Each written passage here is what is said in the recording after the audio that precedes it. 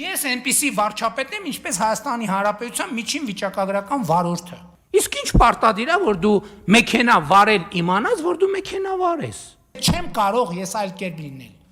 Չեմ կարող։ Սրանք լրիվ գժվել են։ Մեքենա վարելու մեջ բարդություն կա, ոտը դնում ես գազին, դնում ես դեի վրա ու գազ ես տալիս։ Ինչքան գնացիր։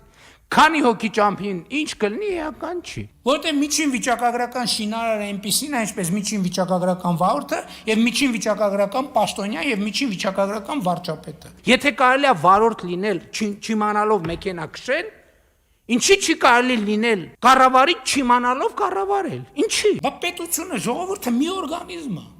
Որովհետեւ մենք մեքենա քշել չգիտենք, Ժողովուրդ ջան, որովհետեւ մենք վարորդական իրավունք ստացել ենք նենց, ոնց որ ստացել ենք։ Ի վերջո մենք մեզ հայելու մեջ նայելու ենք, թե ես ասելու եմ, ես ամենալավն եմ, մնացածը վատն են, մնացածն էլ ասելու են, մենք ամենալավն ենք, բանը վարչապետը վատն է։ Երբ որ ստանում էի, հայտնի լրագրող էի, ես որ ծնկաչող աղաչ էի, ինձ չէին թողի, որ ես քննություն տամ։ Ես հələ բանին այդ տարածքին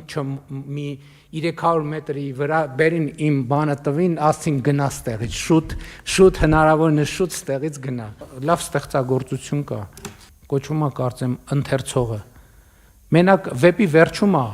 պարզվում, որ գլխավոր հերոսը կարդալ չգիտի։